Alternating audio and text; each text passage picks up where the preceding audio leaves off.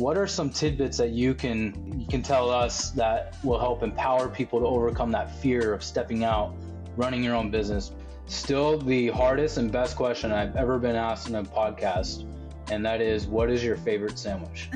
If you are an authentic brand and you're the real deal, you're going to excel. You experience domestic violence and then it's over and then you move on, but that's not how it works.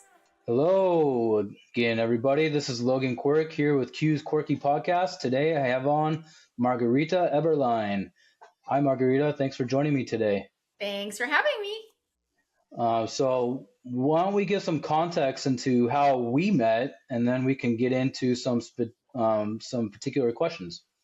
Absolutely. So I had the pleasure of interviewing you as a guest on my podcast, Care Sandwich, where we talk about care in the legal profession. And the sandwich metaphor is all about, hey, we advertise that we care. How do we then deliver that as an actual service that people experience? And then how do we follow it up with like a real sense of, oh my gosh, I went through this process. I received a legal service and I really get it. They care. Totally. And still the hardest and best question I've ever been asked in a podcast, and that is, what is your favorite sandwich? Yeah. I'm thinking about it this day, and every day it still changes. Yeah, so I can relate. And I'm always hungry after I ask that question. You got to have a sandwich available, right? Yeah. So you did mention you're in the legal space. Is there any niche that you're looking to serve, or any clients that you're passionate about helping? I am passionate about helping law firm owners that have that mindset of like, I love what I do. I want to help people and I want to go big. I think those three things, it really doesn't matter for me what practice area they're in, sure. But it's that mindset, because with what we do as a CMO firm, it really makes sense for somebody that thinks big and wants to scale and wants to grow and has that forward thinking mentality. And honestly, the grit that it takes to just show up, take risks, and do the scary things.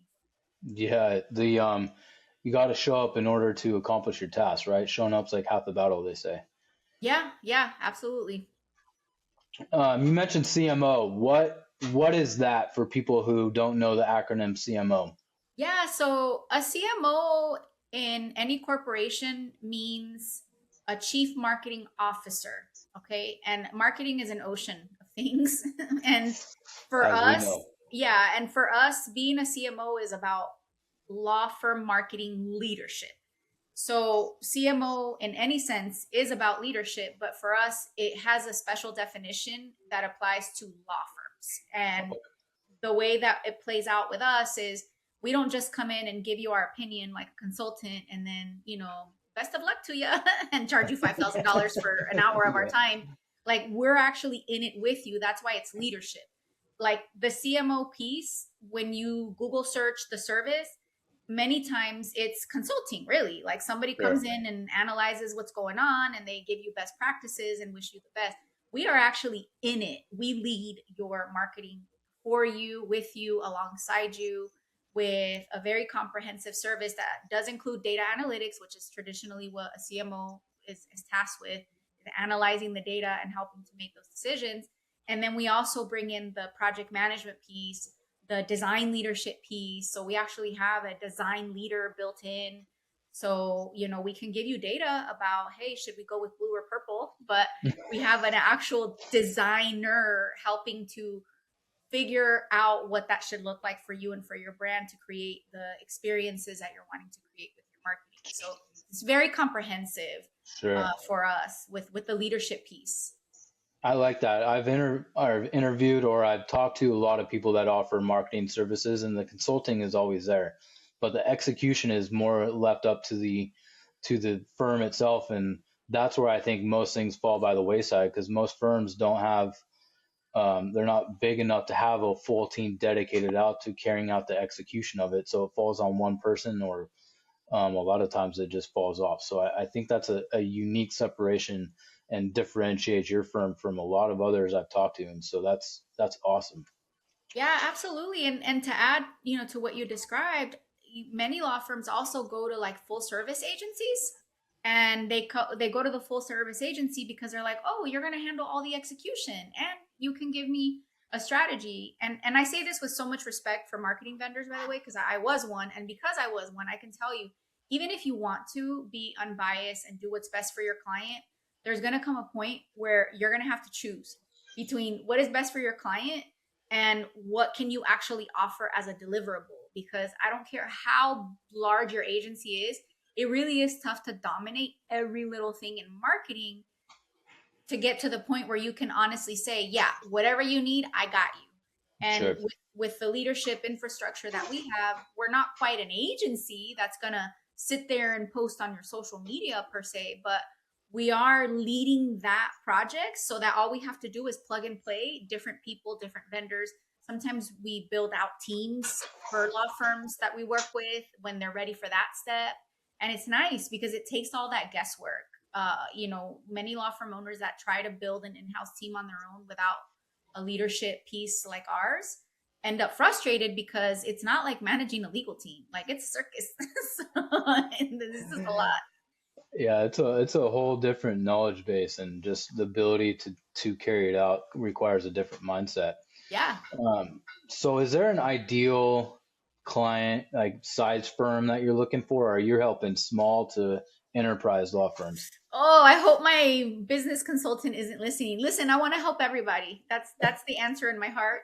But But per the advice that we've received, because just like we consult, we also receive advice.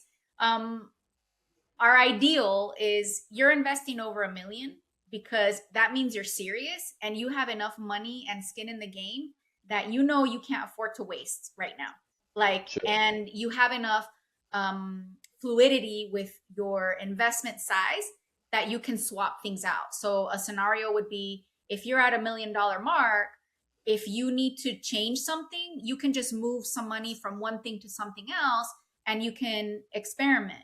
If you can't afford to do something new and you're stuck, there's really not a lot. Like, even if we tell you where to go, like, you kind of have to, it's harder for a smaller firm that's not already investing that much to make those sorts of moves. totally. You got to have money to play. I mean, at the end of the day, marketing and advertising comes down to grit, time, effort, but also money. Yeah. Yeah. So, um, with that said, give me just a high level background bio and what led you to the spot you're in today. Um, I'm gonna try my best to condense it because it's a lot. I feel like I was just destined to do this, if there is such a thing. Um, my background is in data analytics. So before getting into data analytics, I had this idea that I was going to be an attorney, and I studied for the LSAT, and I wanted to do intellectual property, and then I ended up in data analytics. And it's funny how things play out, because it seems like I would have done it on purpose to end up here, but it worked out because I had that itch for law. I wound up going to data analytics because I had an amazing opportunity with Nielsen that I just couldn't turn down. I was like, oh, maybe I'll do law school after I'm done with this. But then here we Sure. are. And I was analyzing data, working, having a blast with Nielsen, and I decided to be a mom. And so, lifestyle changes. I wasn't able to travel as much. And I went to work with Telemundo here in Atlanta as a rep, because I was like, oh, it's a job that I can do with my skill set because I understand data and I can sell TV advertising, and I won't have to travel. And then what ended up happening is, like, the stars aligned, and there were some changes in immigration legislation during that year that I was working there. And I remember my GM said, hey, Margarita, you really should go after law firm owners in the immigration space. Now's a good time for them to advertise in Spanish. And so I didn't think anything of it. I'm like, yeah, sure. So I started, working that part of the market, and I fell in love. I fell in love with personalities, dry sense of humor, like just, I felt like I was home with that demo, and I was like, oh yeah, like, I am kind of salty and sarcastic. You are fun. Like, I like the darkness, And so, like, on a personal level, I just felt alive working with Sure. these attorneys, helping them go on TV. And because I've always been a nerd and a data geek, we would just have conversations. We'd go out to a Hawks game, over beer, and talk about like, hey, so how's it going with your TV ads? And have you started a Facebook account? What's that? You should really do that because people are gonna go, and like total casual conversations. And I didn't know, because in between drinks sometimes, like, they were actually applying my advice. And so when I decided that it was time to go from the TV space, I was trying to figure out like, well, what do I want to do now? And these law firm owners were like, hey, by the way, like, can you consult? Like, can you help? And I'm like, what do you mean? And they're like, yeah, we'll pay you. Like, just tell us what to do, because all the advice that you've given us, like, is actually working. Like, you Sure. actually know more than TV. And I was like, well, yeah, like, okay, let's go. And that's how it started. Like, that's how I started working. From there, I went and had my agency for a little while. And, but that's how I niched into the law firm space. Like, I just feel like it was personality, like circumstances, and just feeling Sure. comfortable with attorneys, honestly. It sounds like the perfect storm, and it totally fits your personality. Yeah. Absolutely. Absolutely. So how long have you had your own agency? So I had a full service marketing agency before COVID, and I had it, I want to say, for almost 10 years. Uh-huh. And then I shifted to Marketing Boss right around COVID. So I don't know, how long ago was COVID? Like 5 years or so. I But I don't know. It mean, seems like a lifetime ago sometimes, and then it seems like it's not so long ago other times. yeah, and don't let the smooth skin fool you. Like, I've been doing marketing for like 30 years already, and it's been a wild, like, long, like, and I've seen, so, like, I still remember working at Nielsen when we were going through the digital transition, and everybody was freaking out because all the audiences, all the ratings were going to cable, and it's just, I come from that time. So You've I've weathered seen a all few of it. different storms, so Yes. you're the calm in the storm, right? The eye of the storm. Yeah. Yeah. Yeah. Yeah. That's awesome. So, because you've had so much experience, what made you focus on the brand as marketing boss? Talk to me about that brand and the development of that brand. So I love that question. So Marketing Boss, when I got the idea to name the law firm that, I thought of it as, I'm going to help law firm owners be a boss. Like, I'm going to help them boss up. And the first iteration of the logo actually had like a little beehive thing, which that we Uh, phased out already, but it's still kind of there in the background. And the concept is, when you look at leadership of a queen bee is not like a queen that like lords. A queen bee, the leadership philosophy of a beehive is, the queen bee transmits her DNA. Like, that's literally all she does. And I wanted that to be the spirit of Marketing Boss, where we're not hoarding information like an agency, where it's like, I'll run your ads, but I won't give you access so that so that you don't get to do this unless you pay me. We're like, yeah. no, open it all up, empower the business owner, make it theirs, teach, replicate the best aspects of marketing that we know, that we can dominate, that we can train on, and give it to the masses, right? Give it to the business owners. And so the philosophy really was, Marketing Boss, we wanted to help empower business owners to be the marketing boss by doing it for them. And then it became my nickname. So now it's my nickname, and I'm like, okay, I'll take it.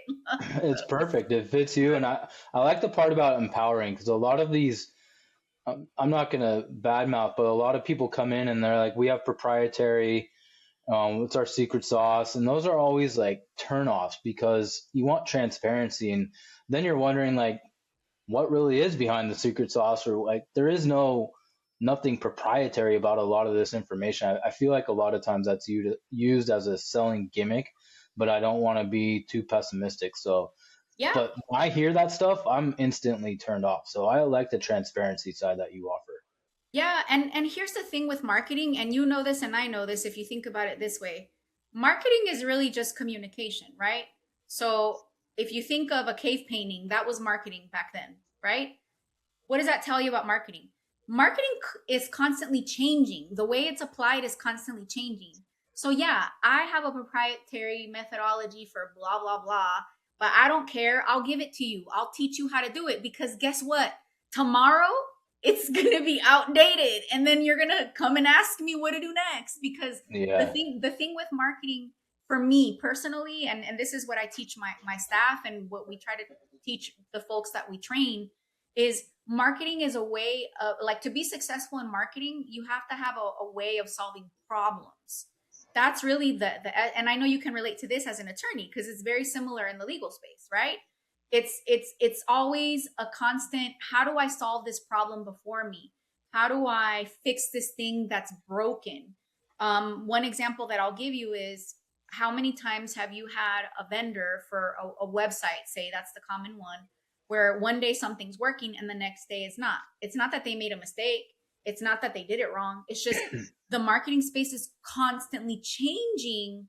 So Yeah. whatever you did yesterday won't work. Like, I have people tell me, "Oh, can you grow my law firm the way you grew such and such?" And I'm like, "I'm not going to lie to you. No, because No. that was a different time, different audience, different marketing channels. I won't do you the dishonor of lying to you and telling you, Sure. yeah, let's do the same playbook." No. Yeah, no, it's not cookie cutter, especially with technology and the advent of the internet now, AI, everything is, like you said, evolving, but at a much faster clip. And it's not only do you have to be knowledgeable about it, but you almost have to be ahead of the curve because you don't want to get left behind the eight ball and giving Yeah. bad advice. And a lot of firms will take the money and then they're like, hey, sorry, it is what it is. This is what we do, and it's not going to help. So you Yeah. want someone that's always educating themselves so they can empower you to steal your words. I like that. Yeah. And here's the thing, agencies, their business model needs to run like that to survive. And I respect so many agencies and I get it. It's just I can't not do it this way. So this is why I'm not an agency. Like, I can't go back. Yeah, and it's also knowing your lane, like once you become established and I'm better in this lane than trying to occupy 10 lanes, I'm going to niche down and do this because the riches are in the niches, as a lot of people say. So Hmm. I think it's hard to identify a niche, but once you do and you're able to capitalize on it, you're in a good space. Yeah. Yeah, absolutely. So speaking of changes, you have a big, in preparation from this, I try and do as much background research as I can, and I notice your footprint in the digital space is pretty big. Tell us about how you decided to go full bore into the digital space and make such a presence known there. Um, so so I wrote my thesis on Cold War media. So I'll reference that as context. When it all started, right? Marketing as we know now, right? More modern. It was very much closed off to people that could invest in these expensive media. Like, if you didn't Hmm. have money, you couldn't advertise. The soapboxes, like, that made it really difficult for your average mom and pop business to really leverage marketing. And I believe that digital is kind of like a community revolution where now, like, the person with the idea, just the idea, not even a brand, not even a business, has a shot to be seen, heard, understood, get their message out. Yeah, And that's why I'm so passionate about digital, because out of all the marketing channels, I feel like it's the most open, the most fair, where if you do not have value, substance, like, you can't buy your way into it. I mean, you can run ads, but there are certain things that if you are an authentic brand and you're the real deal, you're going to excel. And I think that's beautiful. And from my personal brand, digital is very important. sure. It's something that I touch with every single one of my law firms that I work with, because again, it's like, it's the easiest thing that you can do for yourself is to really dominate digital. The Yeah, degree to which you dominate it is gonna, depend on what resources you have and how many hands and all that, because it is a lot of work and it's a high skill really to do things like SEO and things like that. But I think that your average business owner can at least stick their toe in digital and get something out of it with a little guidance. And I think that's beautiful. sure. I like that. And I'm not stealing this from someone else, but it's been the democratization of advertising to leverage more opportunity for people that don't have the bucks to spend on traditional ad buys or media spend. So Mm-hmm. that's what I like about it. And I think what you said totally encapsulates that really well. Yep. What do you see, since you're kind of ahead of the trends, what do you see going forward in the next, we'll say, I don't even want to say years, it could be months, but in the future, in the next wave of the trends, what's coming up for us? Yeah, what I'm already seeing, and it's been a reality for a while, and it's just going to become more pronounced in different ways, is authenticity is the best marketing strategy. When a law firm owner asks me, hey, what should my brand be? I want to talk about, well, who are you? Because if I tell you what your brand should be, but it's not who you are, that dog won't hunt. Yeah. Like we need to make sure that you are authentic. Like to me, that's the most important thing. So when approaching branding or messaging, I always want to understand, who are you? What are you about? Like, why are you doing this? And I'll ask sometimes personal questions that we don't necessarily need to advertise, but like, what freaks you out about life? What brings you joy? Like, because those things help me understand from the visionary, the business owner, what their brand is actually about. And so for me, that's not going to change. I think that's just going to get more and more pronounced. So I don't think that branding, authenticity, and marketing is going to go away. I think it's just going to get more and more pronounced. And it's going to get more and more pronounced in what is successful on social media and other media, but even more so in AI. I don't know if you knew this, but AI is picking up on a lot of cues from brands that have positioned themselves not just on websites, so SEO, search engine optimization on websites, but on social media. So, for example, my brand right now is actually becoming more and more visible every day on ChatGPT and other AI models because of the volume of content that we post, not just online, but on social media and all the Yeah. backlinks and all of that is helping. But again, it's authentic, it's consistent, there's a cohesiveness to it. And I think that that's what's going to be most important in the future. And it's just going to be more pronounced because if you're not already on that track of posting and distributing content that is authentic and that is unique and that presents your unique value proposition or whatever marketing jargon you want to label it as, then it's going to be really hard to thrive in AI. And right now, AI is taking over even Google. I love that. And there's so many little nuggets embedded in that. So I'm going to encourage everyone to rewind a minute and listen to that going forward. But for me to attempt to summarize that, content is king. You need consistent content, authentic content, and you need comprehensive content that reflects your character, right? Absolutely. Yeah, And the because that's AI what's is going to going set you to apart. aggregate all that. And it's funny because I actually have messed around with a few of the AI models and put, what is my brand like? Chat, chat, chat. And it just would go and mine all the data. And a lot of it, like you said, is coming up with AI, or I'm sorry, social media. So I like that, those little nuggets you have, because that was part of my podcast, was to distill nuggets from people that are successful in the space so others can try and take that and use it as their own. So thank you for that very awesome, short, concise little tidbit there.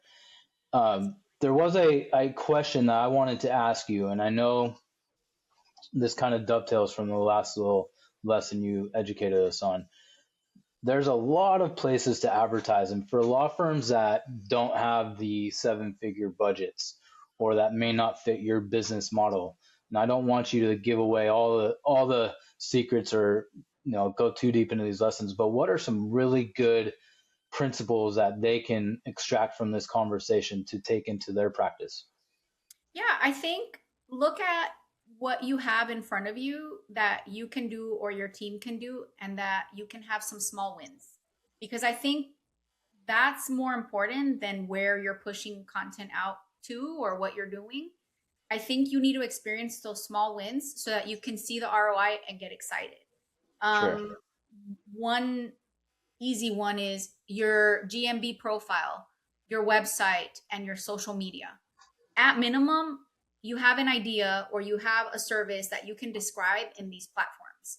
And then from there, if you're comfortable, see, this is where it gets tricky because it depends on the person.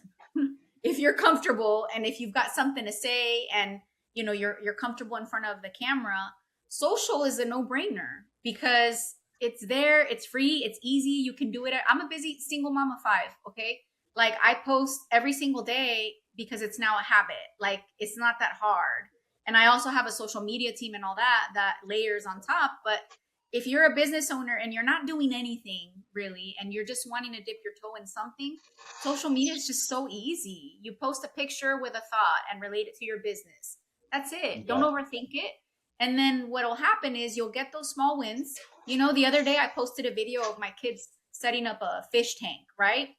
And I've got 15,000 views now on Instagram for it. We knew it was just pretty decent because my avatar is attorneys. And so that was then exciting, but then that led to more ideas of other things that we could post with the children, right? So It's crazy and that's what tracks. Yeah, like yeah. a lot of people have told me just post real life, you doing mundane real life tasks, and you think like, oh, I need to get in front of the camera and talk about in my space what you should do after a car accident, and that's so cut and dry. But maybe a video of walking the dogs is going to get more attention because people want to see the real life you, and not Yeah. just some something that you think you're supposed to put out there to try and get attention or to try and attract, like you said, the avatar of your clients. And for people that don't know an avatar in this sense, that's your ideal client, right? Exactly. Yeah. Sorry. Yeah.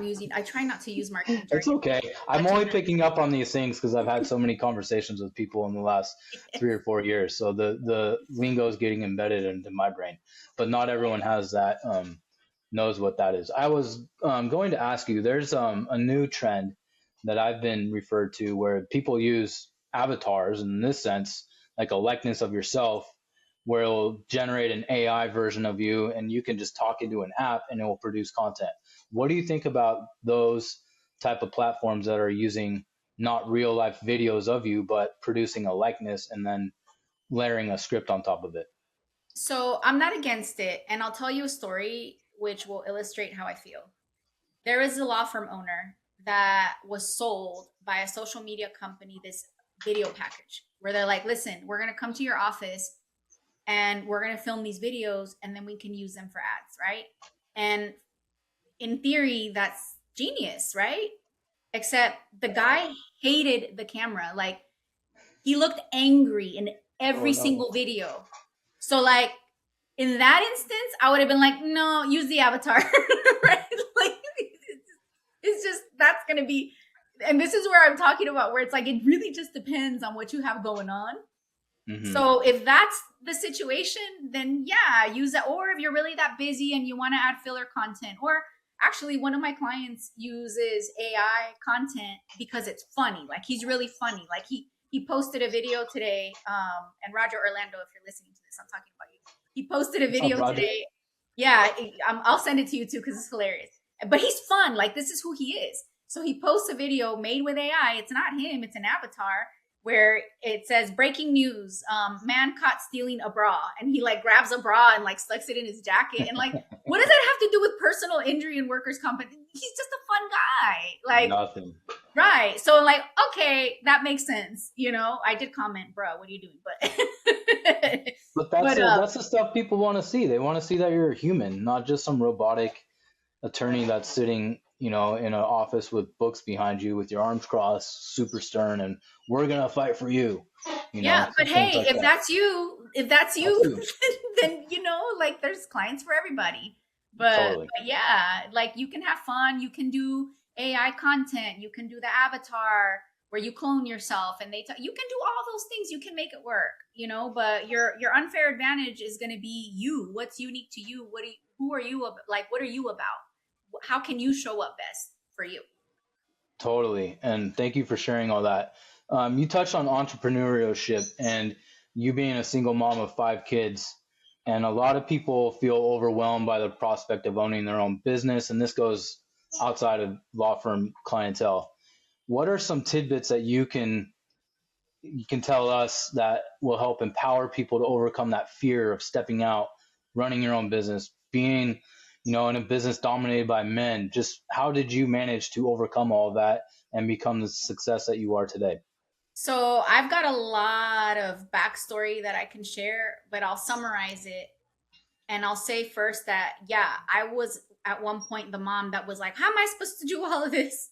Like, I know exactly what that's like. I was also the mom that was like angry every day because I was working and I couldn't connect with my kids.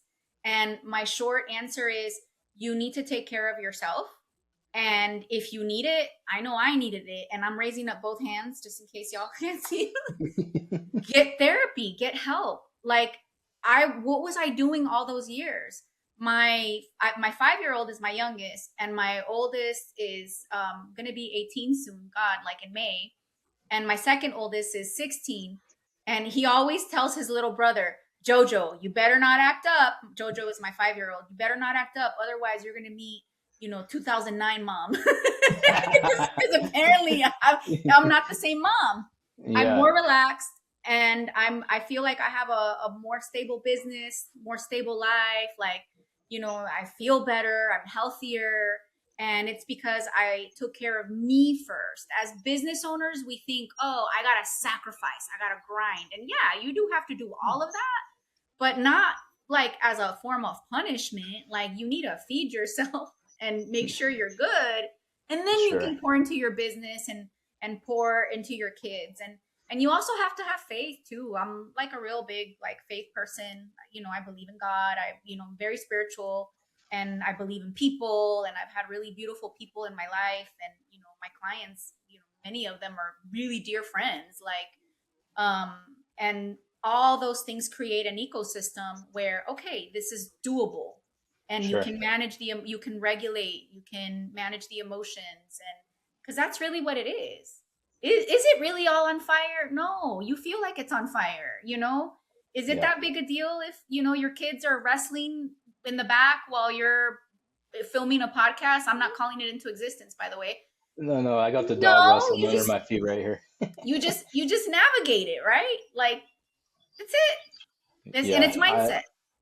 I love how you talk about making sure that you're good with yourself, because I think a lot of people, especially in the attorney industry, there was so much burnout previously. Now there's a recognition that there has to be some type of, I don't like the term self-care, but some type of working on yourself so you can be a better version of yourself. And once you're a better version of yourself, it's only going to extrapolate and make your business better because you're happier and you're not just there out of obligation and anger and like, I got to get this done. You're going to be more palatable to clients and you're going to get more work done. I think it's also like a quantity versus quality argument. You want the quality to be there and not just being there half-assed. If you're there fully engaged, present, and intentional, you're going to be better service for yourself and your clients, and you're going to get more than you ever expected.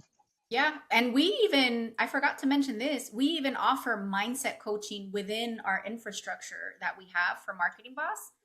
We mainly offer mindset coaching as part of our law firm sales program, because many law firms that have the whole marketing piece, they need also help with the sales piece. But many times the mindset coaches will coach the business owner, just like, hey, you wanted to double your revenue and now you're freaking out, like, do you really need that right now? Like, you know what I mean? Yeah, yeah, um, yeah. so they'll have those conversations. And two of our mindset coaches are actually attorneys, like law firm owners that know exactly what it's like, and they're certified mindset coaches. So yeah, because it is a thing. Yeah, and I know with the state bar of California at least, and I know others are catching on, part of our CLE is mindfulness and taking care of yourself, and that's now mandatory part of a lot of state bar CLEs. And it's good to see people, you mentioned therapy or resorting to faith or resorting to community, whatever mechanism you find peace and centeredness in, I think is totally beneficial, and it's only going to enhance your practice and your clients as Mm. well. So thank you for sharing that. Um, we're rounding the corner here. What are some resources that you rely upon and that you regularly share with your clients as a good place to not only learn from you, but also to refer to? Oh, I have many books. that I recommend to my clients, I'll list a couple. Um, Never Split the Difference, the number one book when it comes to negotiating, and it That's the actually, FBI hostage negotiator, right? yes, His and it name for actually, yeah, and it actually helped me get my kids to do what they need to do, and it inspired me. It inspired me a lot when I was writing my book, Connect Convert, for the law firm sales program that we have. So that's like hands down one of my favorite books. And then The Illusion of Money by Kyle Cease, and he's actually a comedian, and it's a really great read. I've actually purchased it for a lot of my clients. And it really talks about how money is an illusion, and sometimes we just kind of put a little bit too much pressure on ourselves. And it's been a real helpful book for me because I grew up very humble means, like my parents were immigrants and all that, so I had to really face a lot of mindset blocks around money, and that book helped me so much. sure. And so those are the books that I recommend a lot. And then also the Story Brand book by Donald Miller is also huge, huge, huge. And then The Power of Habit. So those are my top four books. Excellent, and I'll try and make sure we link them. The name of Never Split the Difference. His name's on right up here. It's all sitting in my bookshelf. So Voss. His last name is James Voss. Voss. Yes. Yes, thank you. Now I don't need to link it. James Voss, Never Split the Difference. And if anyone hasn't seen his talk, it's excellent. I saw him talk in Santa Barbara. It was Yeah. an event put on by Even Up. So thank you, Even Up, for bringing him to me. I did notice on your LinkedIn, you have a lot of community service. Talk to me about your role and your passion for community service. Right now, my biggest community service is around domestic violence. I'm a childhood domestic violence survivor, and there's a local organization here that I'm just really connected with because they're here, and they've been such a wonderful organization to volunteer with. I actually MC their fundraisers, their gala fundraisers that they do like for the year, and try to support as much as I can because their program is so comprehensive. For those of you that don't know about domestic violence, the typical story is you experience domestic violence and then it's over and then you move on, but that's not how it works. Like, it follows you. Like, the pattern repeats itself. It's cyclical. And Sure. so the more, the darker side of that experience is you become a, child that experiences it, and then you attract toxic partners, and you repeat the cycle, and then you become an aggressor because you never learn how to like. And I love what they do. They come into families and they actually provide programs for the entire family: the infant Um, that witnessed the domestic violence, the 10-year-old that participated in the domestic violence, the father or mother that was a participant or the victim or whatnot. And actually, they don't even use the word victim; they say survivor, and they taught me to describe myself that way because I was like, oh yeah, that's right, I am a survivor, but not a victim. And it's all that like comprehensive programming that they do with the entire family that actually breaks the cycle, and I think that's so beautiful. And it's a very rare thing to find in that space. You see women's shelters and you know so many organizations, and I love what they do too, right? I just love that this organization goes so much deeper, and I love that I've been through this process of healing, and so I get it. And I've seen how my kids are just so blessed, and like last year, they two of my older ones went with me to the gala, and I shared my story, on the stage, and talked about how like I was in the paper when I was a teenager, and all of that, and explained to them what I just explained to you about why I see the value of the program. And my kids got up and we're like, hi, like we're happy, like this is great, like thank you, like. So that's yeah, cool. it was a really beautiful moment to share that with them, and it's like, yeah, like I'm really a big believer in that and those types of programs. That's really neat that you find the time and the passion for that and giving back, especially something that's so uniquely and deeply personal. That's got to be hard for a lot of people to share. Yeah. So, I fortunately am not any type of abuse survivor, but I can imagine the horror and the trauma and just the will to overcome that and to succeed. That's really a testament to who you are as a person. You did mention here, where are you located so people know? So I'm based out of Atlanta, Georgia, and Okay. I work with law firms all over the country. I love to travel. I'm actually going to Miami soon to speak at a conference, and I've been to ClioCon in Boston and spoken there. So yeah, I'm all over the place. I belong to the That, country. that's great. Last few questions. 5 dinner guests at your table, past or present. Who are you going to have having dinner with you? Past or present? Or even future if you can think of one. If ChatGPT was a person, I would want to have him or Pretty soon, her, maybe, right? him or her at the table. Definitely.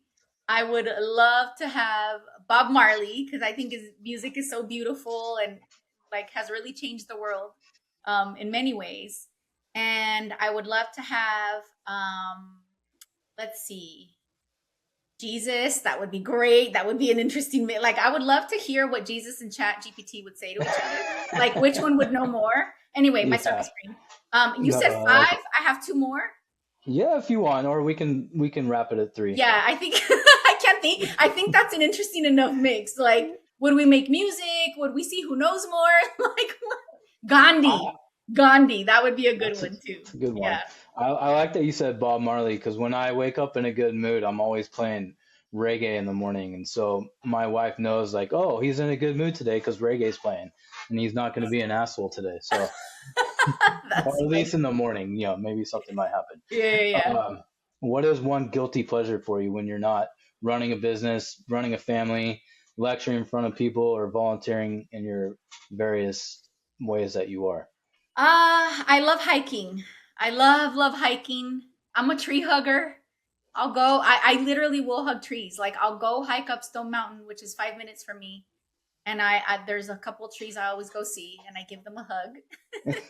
I don't care if people stare at me. I'm like, I really don't care.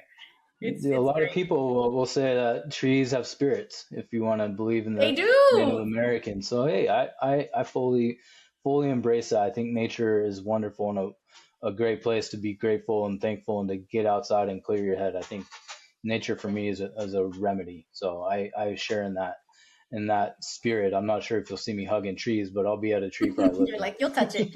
Yeah, I'll touch Say it. hi. One last question, and then we'll wrap this one up. Who's one guest that you think I should interview? But the caveat is you have to help me get that guest. Oh, definitely Roger Orlando, because I already Okay. told you the story of him stealing the bra, and I want you to ask him all about that. Okay. He's just so fun. And he's a really amazing attorney. Like he's handled some really big cases. There was a biolab plant that like exploded, and he was the lead attorney for folks that got injured there. And he's like the real deal. And I think, and he's fun. You don't often get that combo.